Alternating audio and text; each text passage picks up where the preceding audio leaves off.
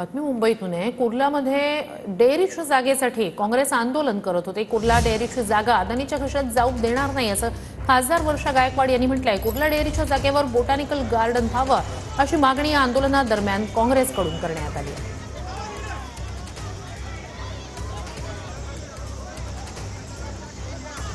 काही मदर डेअरीची जी जागा आहे ती अदानीच्या घशात जाऊ नये, त्यामुळे आपण आज रस्त्यावरती उतरलेला आहे। काय सांगा?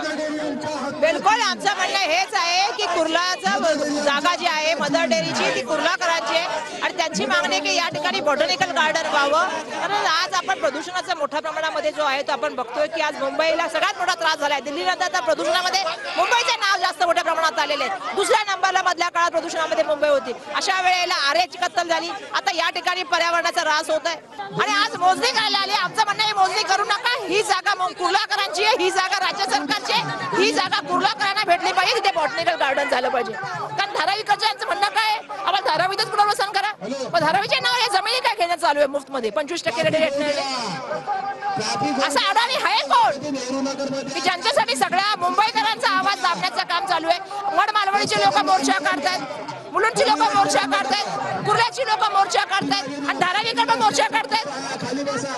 त्यांच्यासाठी पोलीस प्रोटेक्शन देण्याचं काम चालू आहे। कशासाठी? म्हणजे आम्हाला अडवण्याचं काम का केलं? आम्ही चांगलं बोलत होतो, आम्हाला जाऊ द्या, आमचं परवानगी आहे, जाऊ द्या। फक्त आमचं म्हणणं आहे तिथे भेटून आम्हाला आमचं निवेदन द्यायचंय, पण ते पण देऊ दिलं गेलं नाही। एवढी हुकुमशाही कशासाठी?